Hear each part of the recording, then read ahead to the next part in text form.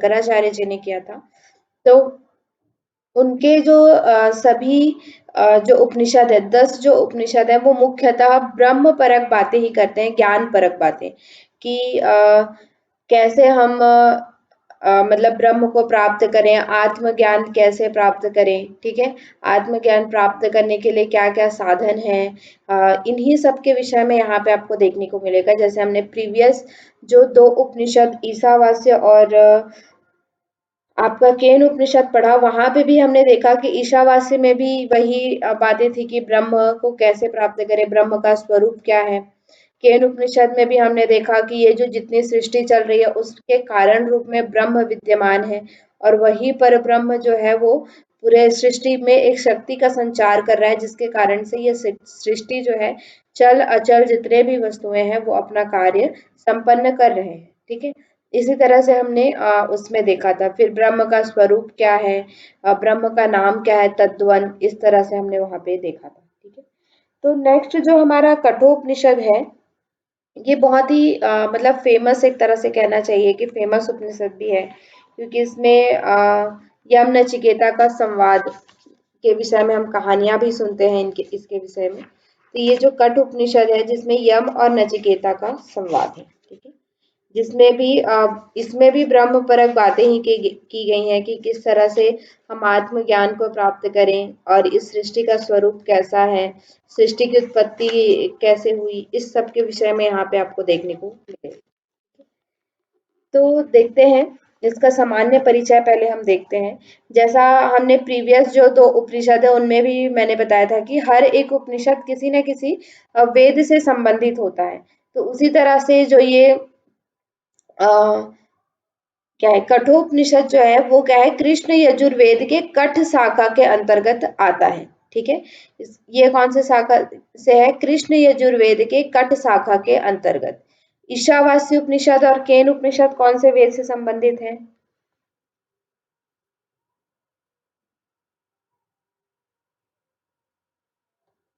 कौन से वेद से संबंधित है?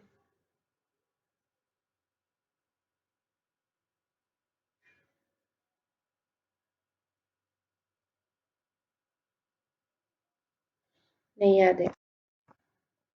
ईशावास्य जो है वो शुक्ल यजुर्वेद के,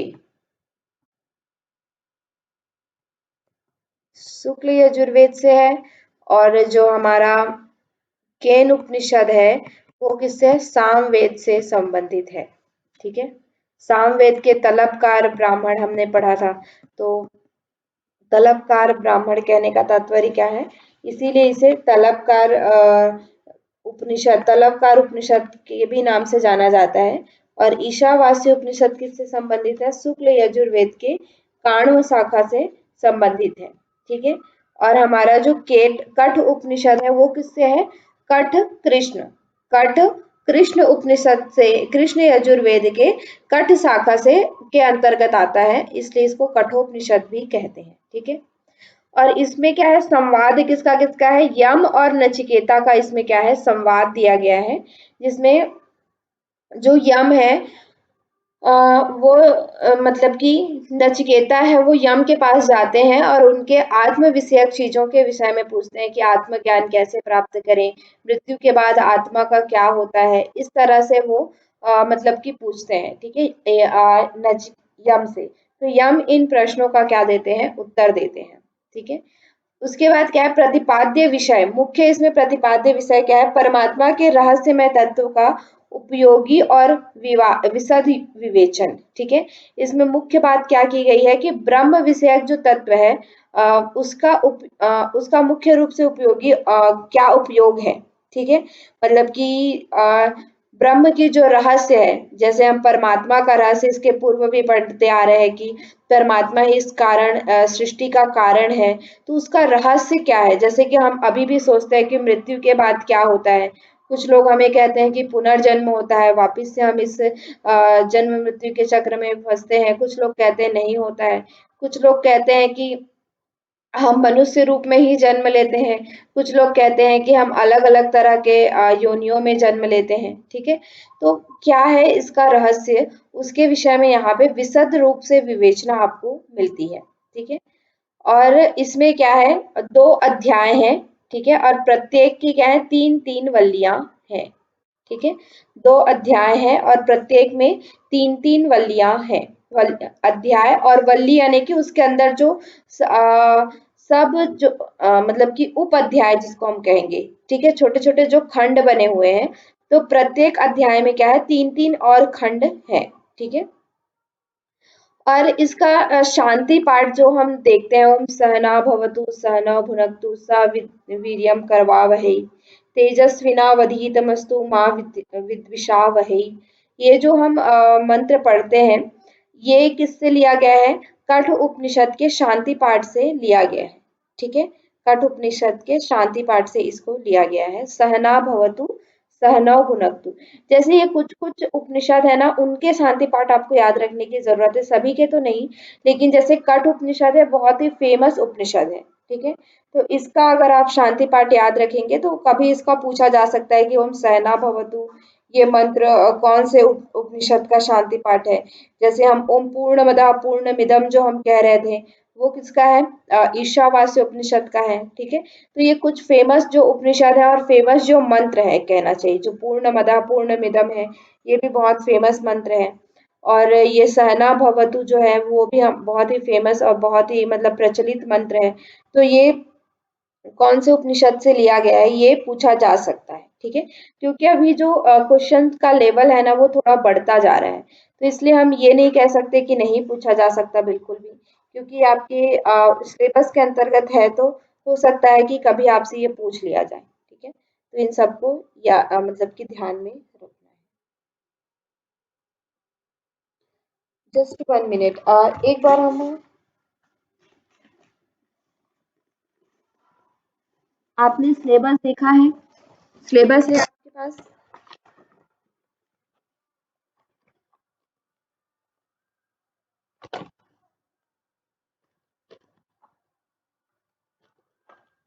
हाँ जी है। सिलेबस में क्या क्या है कठ उपनिषद में? सिलेबस में कठोपनिषद में दिया है अ, योग की परिभाषा, हम्म, आत्मा का स्वरूप, हम्म, आत्मानुभूति का महत्व, 3 पॉइंट दिए। 3 पॉइंट दिए, ठीक है।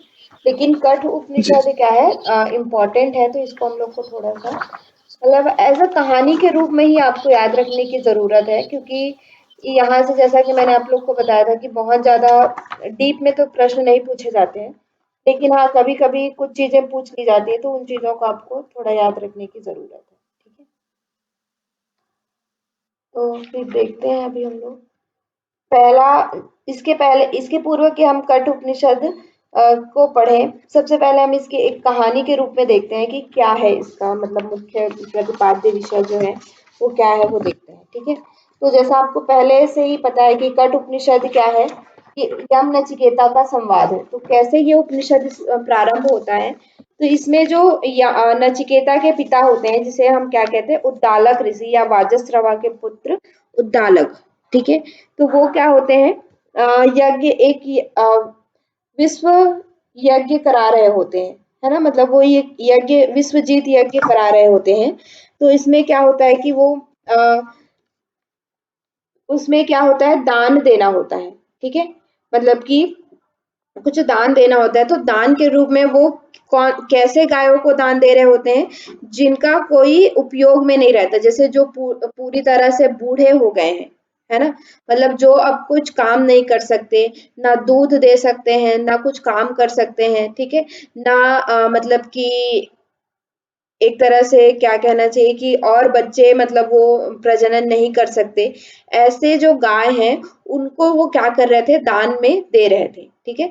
तो जो नचिकेता है वो भी बचपन से ही बहुत ही क्या था, मतलब एक तरह से प्रतिभावान बालक था।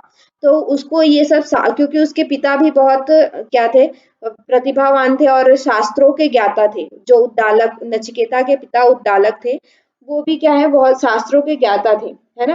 तो उनको नचिकेता को बचपन से ही उन्होंने शास्त्र के विषय में इस वेद इत्यादि के विषय में बताया था, तो वहां पे पता था कि ऐसे चीज़ों को हमें दान नहीं करना चाहिए, जैसे कि हमारे यूज़ में नहीं आ रहा है ना? हम उसको यूज़ नहीं कर रहे हैं, तो अब उसको हम किसी को दान दे देते हैं, तो क्या होगा कि हमने दान का पुण्य भी मिल गया और हमारे यूज़ की चीज़ नहीं थी, इसलिए हमने दान दे दिया, है ना? तो ये चीज़ें हमें दान में नहीं देना चाहिए, ये क्या है, नचिकेता को पता था। तो नचिकेता ने फिर अपने पिता से प्रश्न पूछा कि आप हे पिता, कि आप ऐसे जो दूध नहीं दे सकती हैं, जिनकी सारी इंद्रियां नष्ट हो चुकी हैं, जो कोई कार्य नहीं कर सकती हैं, आप ऐसे गायों को दान में क्यों दे रहे हैं? ठीक है, इस तरह के गायों को दान में देने का कोई मतलब कि अ, औचित्य नहीं है, मतलब इस तरह के गायों को आप दान में देंगे तो इसका कोई मतलब नहीं है। इस तरह से वो अपने पिता से प्रश्न पूछते हैं, तो पिता उनके जो बात है उनको टालते रहते हैं, कि उनको इग्नोर करना, एक तरह से कहते हैं ना कि उनको टाल रहे हैं, वो उनकी बातों को सुन नहीं रहे हैं, जो नचिकेता के बात है उनको सुन नहीं रहे हैं। तो फिर वो बार बार यही प्रश्न अपने पिता से पूछता है, फिर उसके बाद बोलता है कि आप मुझे किसको दान देते हैं? ठीक है, वो बोलता है कि आप, हे पिता, मतलब कि तुम भी, वो बोलते हैं कि तुम भी किसी काम के नहीं हो, तो वो बोलता है कि इस तरह तो मैं भी किसी काम का नहीं हूँ, तो आप मुझे किससे दान देते हैं? क्योंकि वो छोटा बालक होता है, कुछ कार्य तो कर नहीं पाता है ना? तो कहता है कि आप मुझे किसे दान दे रहे हैं? तो 3 बार ये प्रश्न पूछता है कि आप मुझे किसे दान दे रहे हैं? आप मुझे किसे दान दे रहे हैं? और आप मुझे किसे दान दे रहे हैं? इस तरह से वो 3 बार अपने पिता से प्रश्न पूछता है। तो वो, उनके पिता गुस्से में आकर के, ठीक है, क्रोधपूर्ण होकर के वो क्या कहते हैं, मैं तुम्हें मृत्यु को दान देता हूँ। इस तरह से मतलब उनके शब्द निकल जाते हैं कि वो कहते हैं कि मैं तुम्हें मृत्यु को दान देता हूँ। ठीक है, तो फिर इस तरह से जब वो कहते हैं कि मैं मृत्यु को दान देता हूँ, तो सुनकर वो जो बालक है, मतलब जो नचिकेता है, वो उसको सुन करके क्या समझता है कि मतलब कि जो भी पिता ने मुझे कहा है, या पिता की जो आज्ञा है, या पिता ने मुझे, जैसे हम पहले क्या होता था कि पिता का जो आज्ञा होता था या पिता के मुख से जो वाणी निकल जाती थी, उसको पूर्ण करने के लिए उनके पुत्र क्या करते थे, कुछ भी करते थे, है ना? जैसे हम राम का भी, भगवान श्री राम का भी उदाहरण देखते हैं, है ना? तो उसी तरह से जो नचिकेता था वो भी क्या था कि अपने पिता का आज्ञाकारी था, और वो अपने पिता के वचन को सुन करके क्या, मतलब कि वो कहाँ चले गया, यम के पास चले गया। ठीक है, मतलब क्योंकि मृत्यु को दान दिया था, तो मृत्यु के देवता किसे कहा जाता है, यम को कहा जाता है ना? तो वो यम के पास चले गए। फिर वहां पे क्या हुआ कि यम जो थे वो किसी कार्य से घर पर नहीं थे, मतलब उनके जो महल थे वहां पे नहीं थे। तो फिर वो क्या है कि 3 दिन तक वहां पे उनकी प्रतीक्षा की, जो यम है उनकी प्रतीक्षा की, उनके घर के अंदर ना जा करके घर के बाहर ही, अ, घर के बाहर ही उन्होंने क्या किया, प्रतीक्षा किया।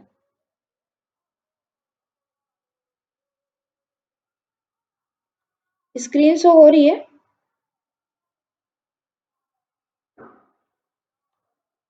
हाँ जी मैम, तो शो हो रही है। घर के बाहर उन्होंने क्या किया, जो यम है, सॉरी, हाँ, जो नचिकेता है, उन्होंने प्रतीक्षा किया, और वो क्या था, ब्राह्मण बालक था, है ना?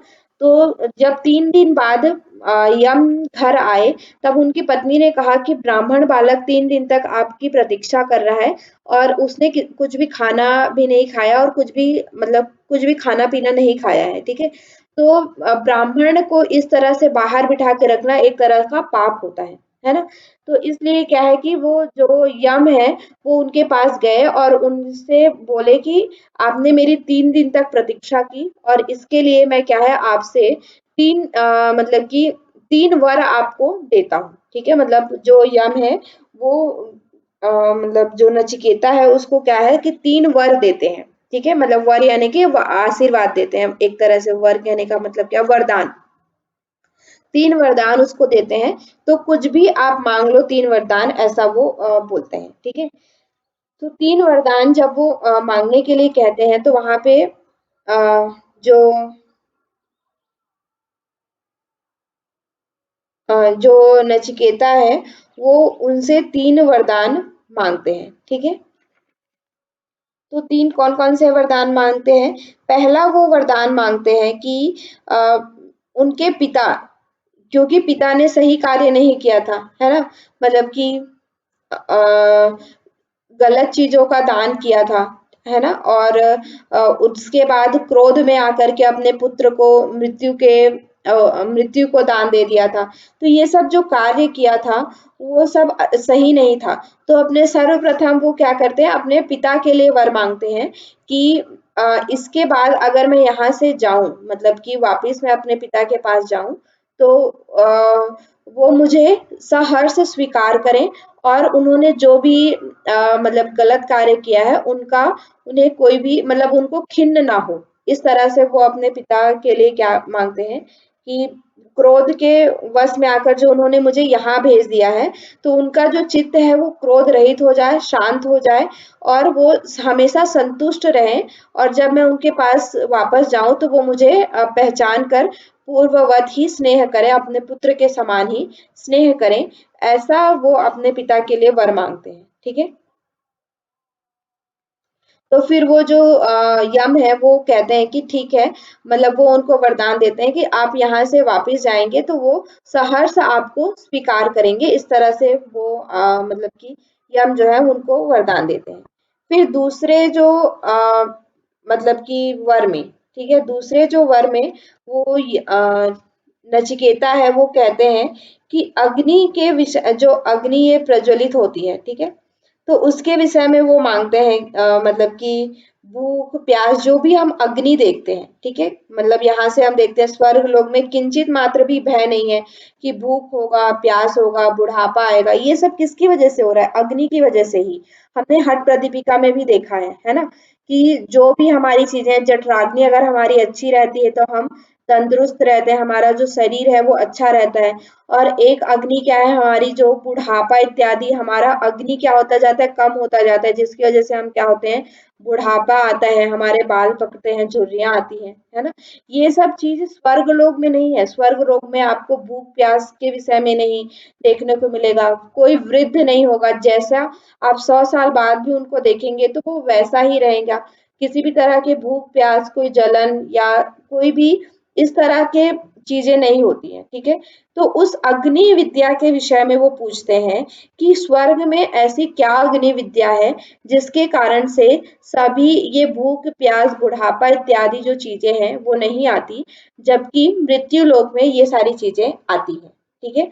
तो इसके बाद जो है नचिकेता को स्वर्गदायिनी अग्नि विद्या के विषय में यहाँ पे वो बताते हैं कि किस तरह से अग्नि विद्या है, उसके विषय में मतलब जो यम है वो डिटेल में उनको बताते हैं, ठीक है, कि अग्नि विद्या क्या है।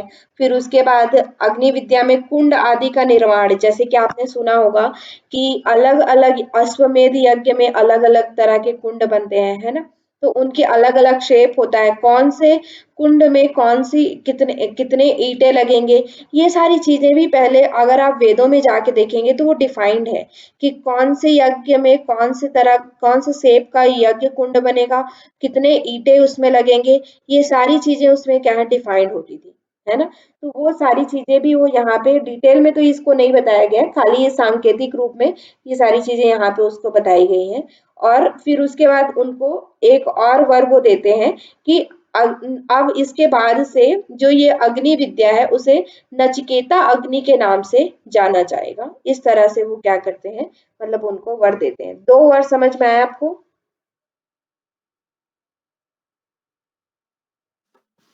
जी। कौन-कौन सी? पहला तो उन्होंने अपने पिता के लिए मांगा कि वे जब यहाँ से जाएं तो उनके पिता उनको उससे नाराज ना हो और प्रसन्नता से उन्हें स्वीकार कर लें। हुँ, दूसरा वरदान उन्होंने दिया है कि अग्नि विद्या के बारे में, कि जो अग्नि क्या है, हुँ, कैसी है, क्योंकि अग्नि की वजह से लोग वृद्ध हो जाते हैं। हुँ। स्वर्ग में सभी लोग यंग रहते हैं, 100 साल के होके भी। तो अग्नि विद्या के बारे में बताते हैं, और वो नचिकेता अग्नि के नाम से जानी जाएगी, ऐसा वो ये कहते हैं, मतलब वरदान हाँ, दूसरा देते मतलब ये जो 3 वर था तो उसमें वो तीसरा वर जो है नचिकेता अग्नि, हैं। दो। वो प्रसन्न होकर के यम ने उनको अपने से दिया था, ठीक है ना? कि अगले अब से ये जो अग्नि विद्या है उसे नचिकेता अग्नि के नाम से जाना जाएगा।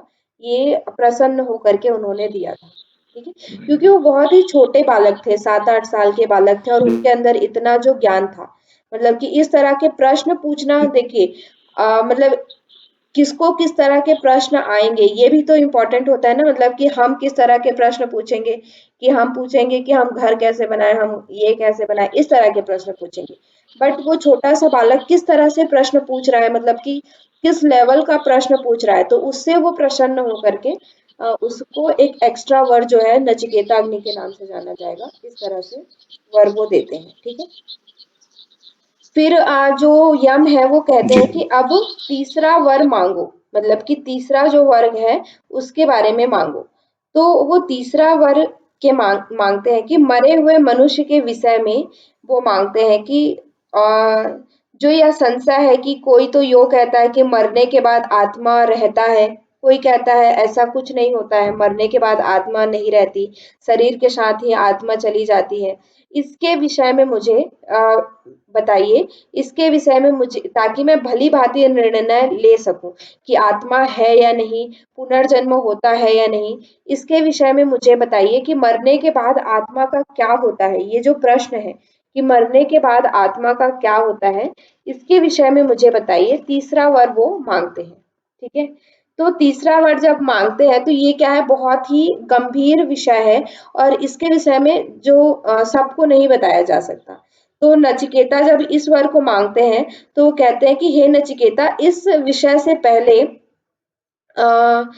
देवताओं ने भी संदेह किया है, इस विषय के विषय में देवताओं ने भी संदेह किया है, तो इसके विषय में तुम मुझसे मत पूछो, ठीक है। कि क्योंकि यह एक बड़ा सूक्ष्म विषय है और सहज ही समझ में आने वाला नहीं है। तुम छोटे बालक हो, तो मतलब इस तरह के प्रश्न मुझसे मत पूछो, ये सहज तुम्हारे समझ में नहीं आने वाला है, ठीक है। आत्मज्ञान संबंधी वर को मुझे लौटा दो, इसके बदले में तुम कुछ भी ले लो, कुछ भी ले लो के लिए फिर वो उनको प्रलोभन देते हैं कि यमराज उनको प्रलोभन देते हैं कि आ, तुम जितने वर्ष तक जीवित रहना चाहो उतने वर्ष तक जीवित रहो, तुम जितने पुत्र को देखना चाहते हो उतने पौत्र पुत्र ले लो, तुम पृथ्वी पर जितना धन संपत्ति चाहते हो वो सारे धन संपत्ति ले लो, पशु गौ आदि हाथी अश्व किस सभी ये जो मंडल है साम्राज्य ले लो, है ना। इस तरह से कितने वर्षों तक जीवित रहना चाहते हो वो सब ले लो, लेकिन मुझसे ये वर मत मांगो, मुझे ये वर लौटा दो। पृथ्वी तक तुम जितने वर्ष तक जीवित रहना चाहते हो या ऐसा भी चाहते हो कि जब भी तुम पृथ्वी पर जाना चाहो तब जाओ, भोग किसी भी तरह का भोग पदार्थ तुम मुझसे मांगना चाहते हो तो वो मांग लो, जो भी तुम में भोगने योग्य वस्तु है ये सारी चीजें चाहते हो वो सब मांग लो, ठीक है। और लेकिन इस आत्म विषयक जो चीज है उसके विषय में मुझे मत मांगो, ऐसा वो पूछ कहते हैं, ठीक है। स्त्री मांग लो, अप्सराएं मांग लो, ठीक है, कोई भी चीज इस तरह से वो बहुत सारा प्रलोभन यहाँ पे देते हैं कि कुछ भी मांग लो, है ना। मतलब कि आ, बहुत सारा प्रलोभन आपको यहाँ पे देखने को मिलेगा कि लेकिन मरने के बाद आत्मा का क्या होता है इस बात को मत पूछो, ऐसा जो यमराज है वो नचिकेता से कहते हैं, ठीक है। तो जो मतलब वो फिर कहते हैं कि हे यमराज, मतलब यमराज से वो कहते हैं कि ये सारी चीजें जो आप कह रहे हैं कि स्त्री धन साम्राज्य गाय हाथी घोड़ा, ठीक है, पुत्र पौत्र जो भी चीजें आप कह रहे हैं धन सोना या मंडल या हीरे मोती जितने भी चीजें आप कह रहे हैं वो सब क्या है, क्षण भंगुर है, ठीक है। और ये हमेशा हमारे साथ नहीं रहने वाले हैं, ठीक है। अंतःकरण सहित संपूर्ण इंद्रियों को जो तेज है उसके सिवा समस्त वायु अल्प ही है, ठीक है। इसलिए मतलब कि मुझे ये जो अप्सराएं नाच गान जो भी आप कह रहे हैं ये सब क्या है, क्षण भंगुर है, ये सब अल्प है। मुझे केवल क्या चाहिए, आत्मज्ञान के विषय में जानना है, मुझे केवल अंतःकरण मृत्यु के बाद क्या होता है इसके विषय में ही जानना है, मुझे और कुछ नहीं चाहिए। वो जो मतलब नचिकेता है वो इस तरह से कहते हैं उनसे, है ना। तो फिर उसके बाद क्या है कि मतलब जो प्रलोभन उन्होंने दिया है धन इत्यादि का ये सब क्या है, क्षण भंगुर है, ऐसा वो कह करके उन सबको छोड़ देते हैं और कहते हैं कि मैंने जो आत्म विषयक प्रश्न आपसे पूछा है उनके विषय में ही मुझे बताइए, ऐसा वो कहते हैं, ठीक है। तो फिर क्या होता है, तो उनसे वो प्रसन्न होकर के, क्योंकि जब इस तरह का प्रलोभन हमें दिया जाता है या फिर किसी और व्यक्ति को दिया जाता कि आप धन ले लो साम्राज्य ले लो, इस तरह का जब प्रलोभन किसी और व्यक्ति को दिया जाता तो वो प्रलोभन में आकर के जो उसका प्रश्न है उसे छोड़ देता।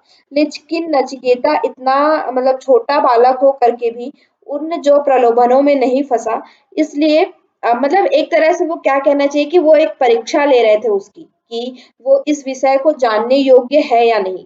तो वो उस परीक्षा में जो नचिकेता है वो पास हो गए या फिर उनमें उत्तीर्ण हो गए और फिर उनको क्या है कि ब्रह्म विषयक मतलब मरने के बाद आत्मा का क्या होता है, इसके विषयक यहाँ पे उन्होंने फिर उसका डिटेल में आप देख पाएंगे कि इसका वर्णन किया गया है। ठीक है, द्वितीय वल्ली में फिर इसका वर्णन किया गया है कि कैसे कैसे जो है कल्याणकारी है। यही जो है सांसारिक के भोगों को स्वीकार न करके तुमने क्या किया, मतलब कि तुमने ये जो आत्म विषयक विषय को चुना है, तो मैं इससे प्रसन्न हो करके तुम्हें इस विषय के विषय में बताता हूँ कि आत्म विषयक चीजें क्या है। ठीक है, तो यहाँ पे फिर मतलब आत्म विषयक चीजों में वही अविद्या और विद्या दो चीज को यहाँ पे डिफाइन किया गया है। ठीक है, आत्म विषयक की विद्या क्या है, अविद्या क्या है ना। तो विद्या किसे हम कहते हैं, जो क्या होता है कि मतलब कि अविद्या किसे हम कहते हैं, एक जो भौतिक चीजें हैं, है ना। अविद्या यानी कि भौतिक चीजें जो हम संसार में देखते हैं, भोग इत्यादि की जो चीजें हैं उसमें हम भटकते रहते हैं और इसी के मतलब क्या होता है, जन्म मृत्यु के चक्र में फंसे रहते हैं, है ना। तो इसको हम लोग अविद्या कहते हैं, जो हमारा क्या है मतलब कि भोग परक चीजें हैं या मतलब कि हम आसक्ति से ये हमारे परिजन है, ये हमारा यही हमारा घर है, यही हमारा दायरा है, जो एक वसुधैव है वो कुटुंबकम की भावना हमारे अंदर नहीं आ पाती। ठीक है, हम दूसरों को देखते हैं तो हमें लगता है कि ये तो हमारे परिवार वाले नहीं है, तो इनके अंदर जो बीत रही है तो हम उनको नहीं अनुभव कर पाते, है ना। तो ये सब जो हम भोग परक चीजें, हमारे जो आसपास की चीजें जिसमें हम लिपटे हुए रहते हैं, उसे हम क्या कहते हैं, अविद्या कहते हैं।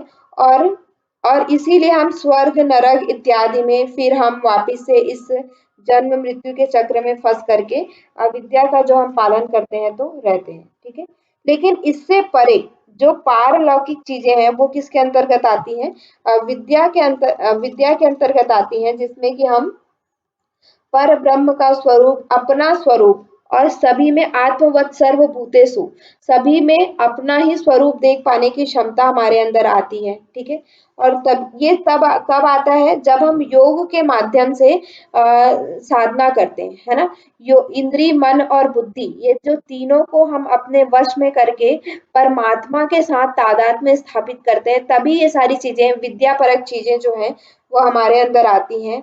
और यही क्या है कि हमारे मतलब कि इसके बाद ही हम क्या कर पाते हैं कि जो इस जन्म मृत्यु के चक्र है उससे छूट करके मोक्ष को प्राप्त कर पाते हैं। तो मुख्यतः यहाँ पे अविद्या और विद्या के विषय में विस्तृत रूप से आपको चर्चा देखने को मिलती है कि अविद्या क्या है, विद्या क्या है। ठीक है, फिर यहाँ पे आपको देखने को मिलता है कि किस तरह से मतलब कि जैसे आपने उसमें पढ़ा होगा, क्या बोलते हैं, योग दर्शन में, कि इस सृष्टि का जो मतलब कि एक एक ही बीज मंत्र है, वो क्या है, प्रणव। ठीक है, ओंकार, है ना। तो यहाँ पे ओंकार का भी वर्णन आपको देखने को मिलता है कि वही एक बीज मंत्र है और उसी से हम क्या है कि विद्या को प्राप्त कर सकते हैं। तो यहाँ पे उन सब चीजों का भी डिटेल में आपको वर्णन मिलेगा, ओम का अक्षर, फिर ओम को कैसे हमें उच्चारण करना है। ठीक है, फिर आत्मा का स्वरूप कैसा है, कि आत्मा जो है वो क्या है, ना मरता है ना जन्म लेता है। ठीक है, जैसे हम गीता में पढ़ते हैं ना आत्मा जन्म लेता है ना मरता है, ना तो स्वयं किसी का हुआ है ना कोई भी उसका हुआ है। ठीक है, मतलब कि शरीर केवल उसका माध्यम है। ठीक है, किसी किसी का कार्य और किसी और ना किसी का कारण है। ठीक है, वो अजन्मा है। ठीक है, सदा रहने वाला है। इस तरह से आत्मा का स्वरूप यहाँ पे बताया जाता है, जो आपके सिलेबस में दिया है कि आत्मा का स्वरूप कैसा है। ना उसको कोई मार सकता है, ना वो मरता है। ठीक है, ना उसको कोई जानने वाला है, ना मतलब कि उसको कोई भी मार नहीं सकता। इस तरह से वो कभी भी मरता नहीं, वो क्या है, शाश्वत है, हमेशा रहने वाला है। आत्मा के विषय में इस तरह से यहाँ पे बताया जाता है। ठीक है, फिर आत्मा का स्थान कहाँ पे है, इस तरह से पूरा यहाँ पे डिटेल में आप देखेंगे तो इसका वर्णन आपको मिलेगा। फिर उसके बाद योग का यहाँ पे डेफिनेशन भी आपको देखने को मिलता है कि योग क्या का डेफिनेशन क्या है। ठीक है, तो अब हम लोग इसको देखते हैं।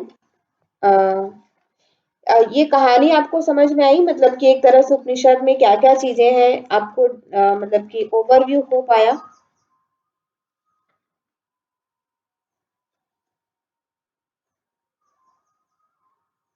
हाँ जी, वॉइस आ हाँ रही जी है। मैम।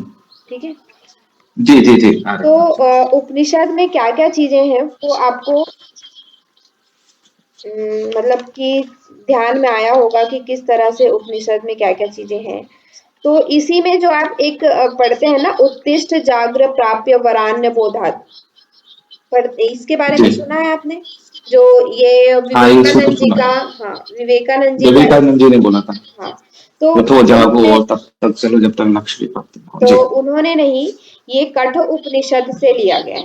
ठीक है, तो इसको आपको याद रखना अच्छा। है। इसका आपको रेफरेंस पूछा जा सकता है कि उत्तिष्ठ जाग्र प्राप्य वरान्य बोधक, इस तरह से मतलब दे करके ये कौन से उपनिषद से लिया गया है। ठीक है, तो ये कठ उपनिषद से लिया गया है और इसका रेफरेंस क्या है, 1/3/14। ठीक है, ये इसका रेफरेंस है 1/3/14।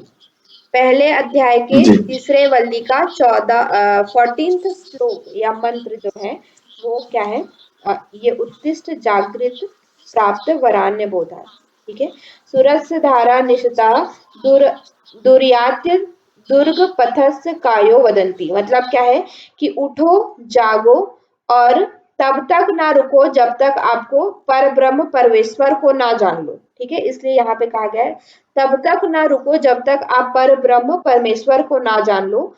और क्या है कि इसी से ये कैसा है, इस ये मार्ग, ये जो तत्व ज्ञान का मार्ग है, मतलब कि ये पर ब्रह्म को जानने का जो मार्ग है वो कैसा मार्ग है, जैसे छुरी के जो तीक्ष्ण धार है उसमें चलने जैसा है। ठीक है, बहुत ही दुर्गम, बहुत ही कठिन मार्ग इसको बताया गया है। ठीक है, पर ब्रह्म को जानना इतना आसान नहीं है ना। हम इतने दिनों से यहाँ पे रह रहे हैं, पर ब्रह्म के विषय में हम, चलिए बाकी जो फील्ड है हम उनके बारे, उनको तो हम नहीं कहेंगे कि वो पर ब्रह्म क्या है, उनके विषय में जानते नहीं, इंजीनियरिंग ये सारी चीजें हैं। लेकिन हम उस ग्रंथों को पढ़ रहे हैं, उनके विषय में जान रहे हैं, फिर भी हम उनको नहीं जान पा रहे हैं या उन उसको जानने की तरफ एक कदम भी बढ़ाने का सामर्थ्य हमारे अंदर नहीं है। ठीक है, तो इसीलिए क्या है कि उस मार्ग में चल पाना, उस मार्ग में चल पाना और वहां तक पहुंच पाना कैसा है, जैसे छुरी के धार में चलने जैसा दुर्गम और कठिन है, ऐसा यहाँ पे मतलब बताया गया है। ठीक है, उत्तिष्ठ जाग्र प्राप्त वरान्य। तो ये इसका मेन जो है कि उपनिषद में क्या क्या चीजें बताई गई हैं उनके बारे में आपको मिलेगा। और उसके बाद ब्रह्म आदि के विषय में भी यहाँ पे बताया गया है। और यहाँ पे आत्मा का स्वरूप, आत्मा कहाँ पे निवास करता है उसके बारे में भी बताया गया है कि उसका प्रमाण कैसा है। तो वो अंगुष्ठ मात्र प्रमाण का, ठीक है, अंगूठे के जितना जलती हुई लौ के समान वो कहाँ पे स्थापित होता है, हृदय में। ये पूछा जाता है ये प्रश्न। ठीक है, कठोपनिषद के अनुसार आत्मा का स्थान कहाँ पे है, तो आत्मा का स्थान अंगुष्ठ मात्र प्रमाण वाला कहाँ पे है, हृदय में उसका स्थान कठोपनिषद में बताया गया है। ठीक है, आत्मा का स्थान। फिर यहाँ पे जब आप द्वितीय, ये सब चीजें प्रथम वल्ली के अंतर्गत हैं। ठीक है, फिर द्वितीय वल्ली में मुख्य आपका और भी इसमें बहुत सारी चीजें, यही सारी चीजें बताई गई हैं। ब्रह्मांड कैसा है, अग्नि कैसी है, नाना प्रकार के जो ये ब्रह्मांड के विषय में फिर विस्तृत चर्चा मिली मिली है यहाँ पे। ठीक है, लेकिन ये इतना आपके लिए इम्पोर्टेंट नहीं है। वायु कैसा है, कैसे कैसे वो प्रकट होता है, सभी जो ये हमारे ब्रह्मांड में जो चीजें हैं, प्राणी इत्यादि, वो सब कैसे प्रकट हुए, उन सब के विषय में आपको यहाँ पे विशेष रूप से देखने को मिलेगा। ठीक है, लेकिन इसका जो मुख्य आपका है कि क्या कहते हैं, सेकंड जो योग है, सेकंड जो अध्याय है, उसमें से आपका मुख्य है कि योग की परिभाषा। ठीक है, तो योग की परिभाषा आपका किसमें है, द्वितीय अध्याय के तीसरे वल्ली के, इसको नोट डाउन कर लीजिए, 10वां और जो 11वां मंत्र है उसमें आपको योग की परिभाषा के विषय में मिलेगा। ठीक है, ये दोनों चीज रेफरेंस आपको याद रखना है। ठीक है, कि कौन कौन सा है आपका, कि दो योग की परिभाषा किसमें है, 2/3/10। ठीक है, इसको हम डिटेल में पढ़ेंगे कि क्या है परिभाषा। और ये उद्दिष्ट जागृत वाला भी याद रखिएगा, ये भी कठ उपनिषद से लिया गया है। और ये क्या है कि 1/3/14 में इसका वर्णन किया गया है। ठीक है, यहाँ तक क्लियर है?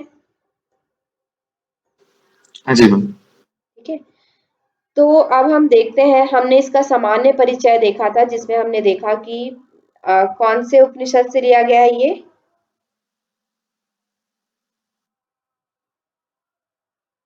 कौन से उपनिषद से लिया गया है?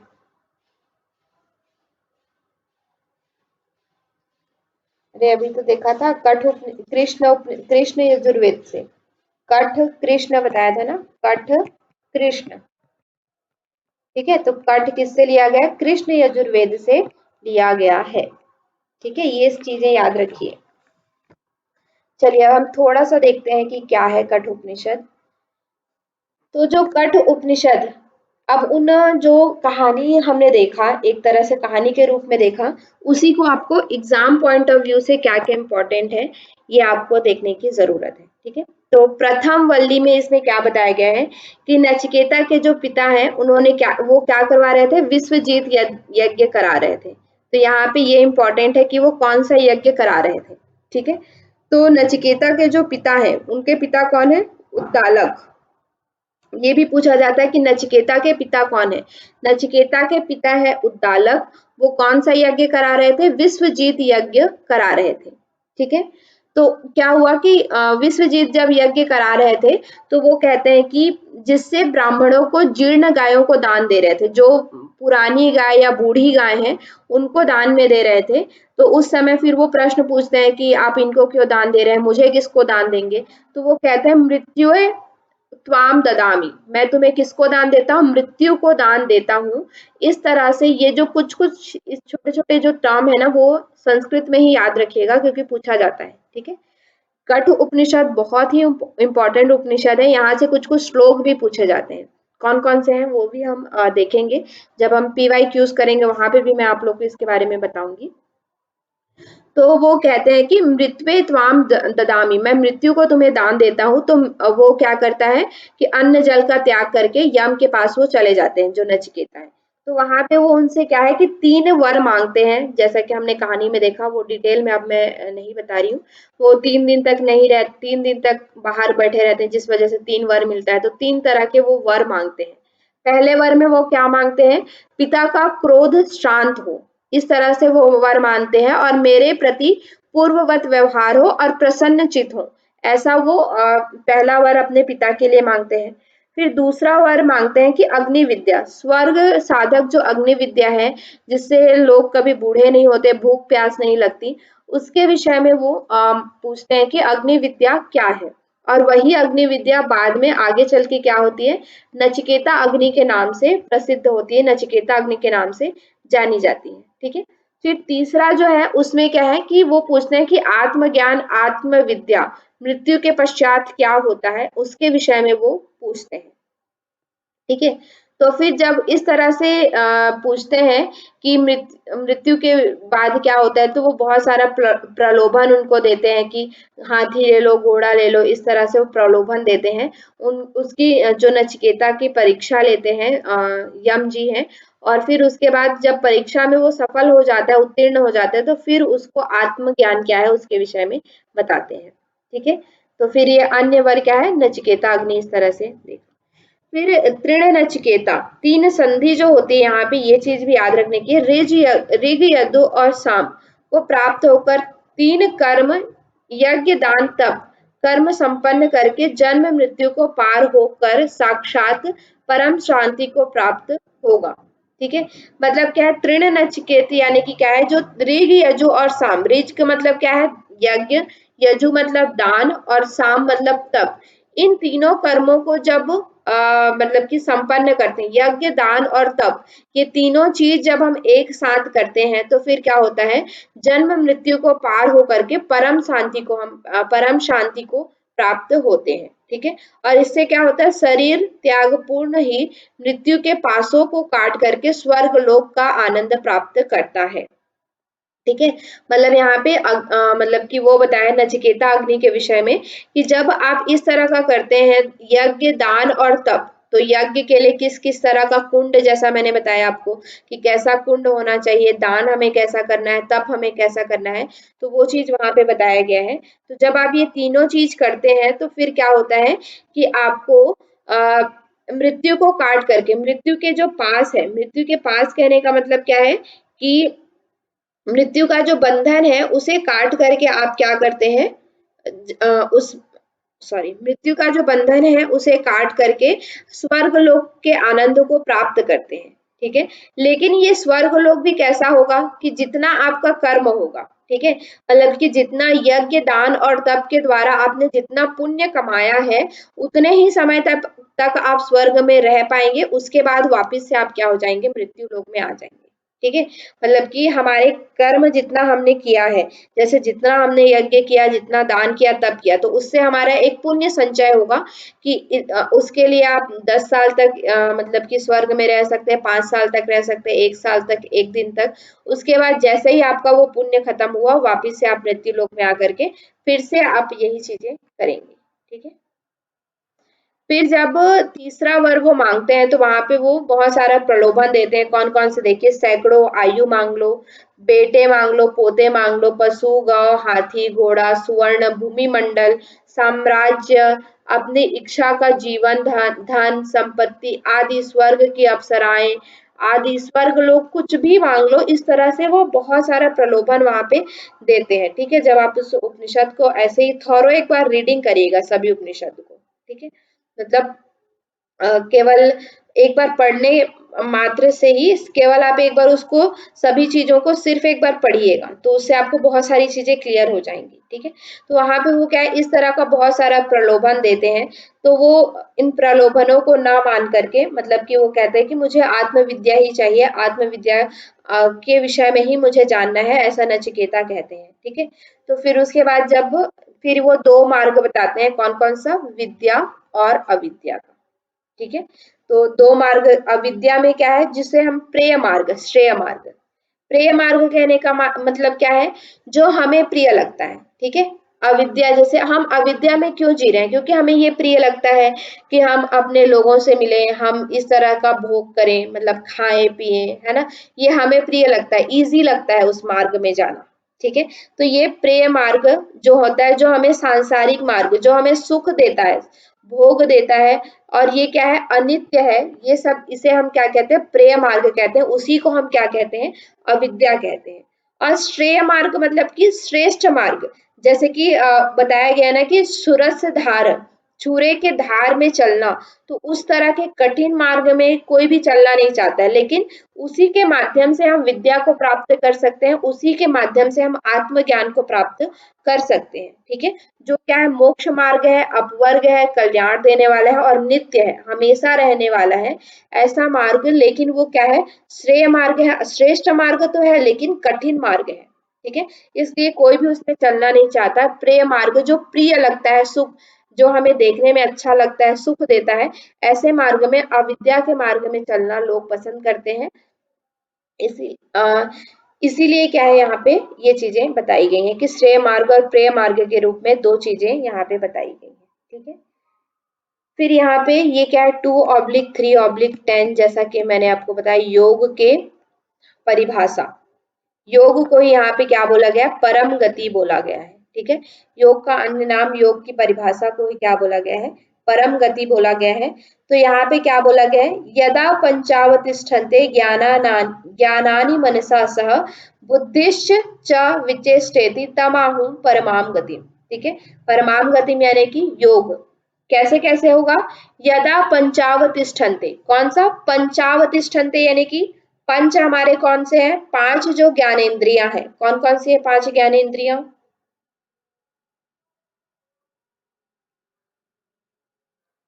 5 ज्ञानेंद्रियां।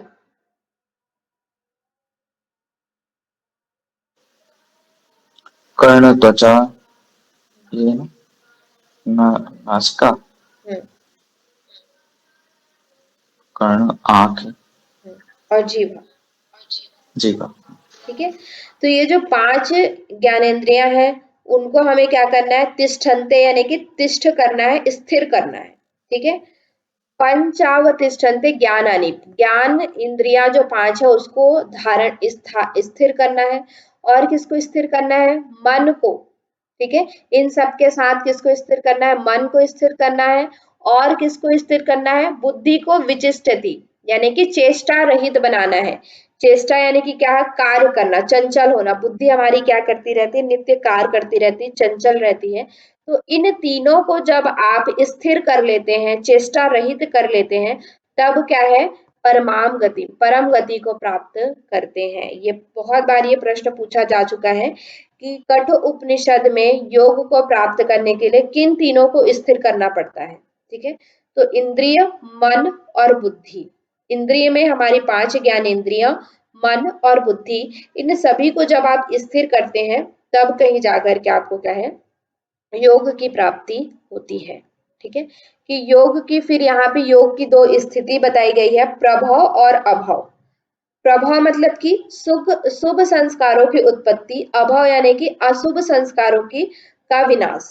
ठीक है, पहला क्या, प्रभव, जब आप योग की साधना कर लेते हैं, योग को प्राप्त कर लेते हैं, तो आपके अंदर दो दो चीज होता है। एक क्या है कि शुभ शुभ संस्कार मतलब अच्छे संस्कार हमारे अंदर क्या होते हैं, उत्पन्न होते हैं। और दूसरा क्या होता है, अभव यानी कि बुरे संस्कार का नाश होता है। हमारे अंदर जो बुरे संस्कार पहले से हैं उन सभी संस्कारों का नाश होता है और हमारे अंदर क्या है, शुभ संस्कार उत्पन्न होते हैं। ठीक है, फिर यहाँ पे आत्मा का स्वरूप के विषय में बताया गया है कि आपके जैसे उसमें बताया गया है कि आत्मा कैसा होता है ना, आत्मा के स्वरूप के बारे में। तो जैसा कि हमने देखा कि आत्मा कैसा होता है, नित्य होता है, शाश्वत होता है, अजन्मा होता है। ठीक है, क्षय वृद्धि रहित होता है, मतलब कि वो बढ़ता नहीं है ना क्षय नहीं होता, जैसा उसका है उसी प्रमाण में रहता है। जैसे कि हमारी आयु क्या हो रही है, वृद्धि हो रही है ना। और हम नित्य दिन प्रतिदिन हम आयु वृद्धि हो रही है और हमारा जो वर्ष है वो क्या होता जा रहा है, क्षय होता जा रहा है। हमारी शारीरिक सुंदरता है वो क्या होती जा रही है, क्षय होती जा रही है। लेकिन आत्मा के साथ ऐसा नहीं होता है, आत्मा ना बढ़ता है ना क्षय होता है। ठीक है, ना जन्म लेता है, ना मृत्यु को प्राप्त करता है, ना आत्मा का हनन हो सकता है, मतलब ना आत्मा मर सकता है ना उसको मारा जा सकता है। ठीक है, तो इस तरह से आत्मा के विषय में जैसे हम गीता इत्यादि में पढ़ते हैं उसी तरह से चीजें यहाँ पे बताई गई हैं। ठीक है, फिर आत्मा कहाँ पे रहता है, तो आत्मा जो है वो हृदय गुफा में रहता है, हृदय में रहता है। ठीक है, में अणु से भी सूक्ष्म, अति सूक्ष्म, महान से भी महान, अति महान रूप में विद्यमान रहता है। ठीक है, मतलब कि आत्मा क्या है, सूक्ष्म से भी सूक्ष्म है और महान से भी महान है। इस तरह से कहाँ पे रहता है ये बहुत बार पूछा जा चुका है। कठ उपनिषद के अनुसार आत्मा का स्थान क्या बताया गया है, तो आत्मा का स्थान कहाँ है, हृदय में बताया गया है। ठीक है, और क्या है, वासना रहित होता है, मतलब शोक रहित होता है। ही परमात्मा की इस महिमा को परमात्मा की कृपा से देख पाते हैं। ठीक है, मतलब कि आत्मा जो अभी हम क्या है, वासना शोक इत्यादि से घिरे हुए हैं और हमें लगता है कि ये सब कौन भोग कर रहा है, आत्मा भोग कर रहा है। ठीक है, मतलब हमें लगता है कि आत्मा के माध्यम से ही हम वासना शोक को भोग कर पा रहे हैं, लेकिन आत्मा इन सब से परे है। आत्मा तो केवल एक मतलब परमात्मा का स्वरूप है। ठीक है, लेकिन हम जैसे आपने उसमें पढ़ा होगा प्रकृति और पुरुष। ठीक है, पुरुष कैसा है, दृष्टा भाव है, केवल वो देख रहा है, वो ये सारी चीजें कर नहीं रहा है। लेकिन कैसा लगता है कि हमें कैसा लगता है कि पुरुष ही वो चीज है जो इन सब चीजों को कर रहा है। ठीक है, तो उसी तरह से आत्मा क्या है, दृष्टा है। और ये जो सारी चीजें हैं, सांसारिक चीजें, वो क्या है, दृश्य है, प्रकृति है। और इसको हम कैसे जान पाते हैं, पुरुष और प्रकृति में भेद, आत्मा और जो ये जड़ स्वरूप ये प्रकृति है उसमें भेद को हम कैसे जान पाते हैं, केवल मतलब कि परमात्मा की कृपा के द्वारा हम इसको प्राप्त कर पाते हैं, ऐसा यहाँ पे बताया गया है। क्लियर है?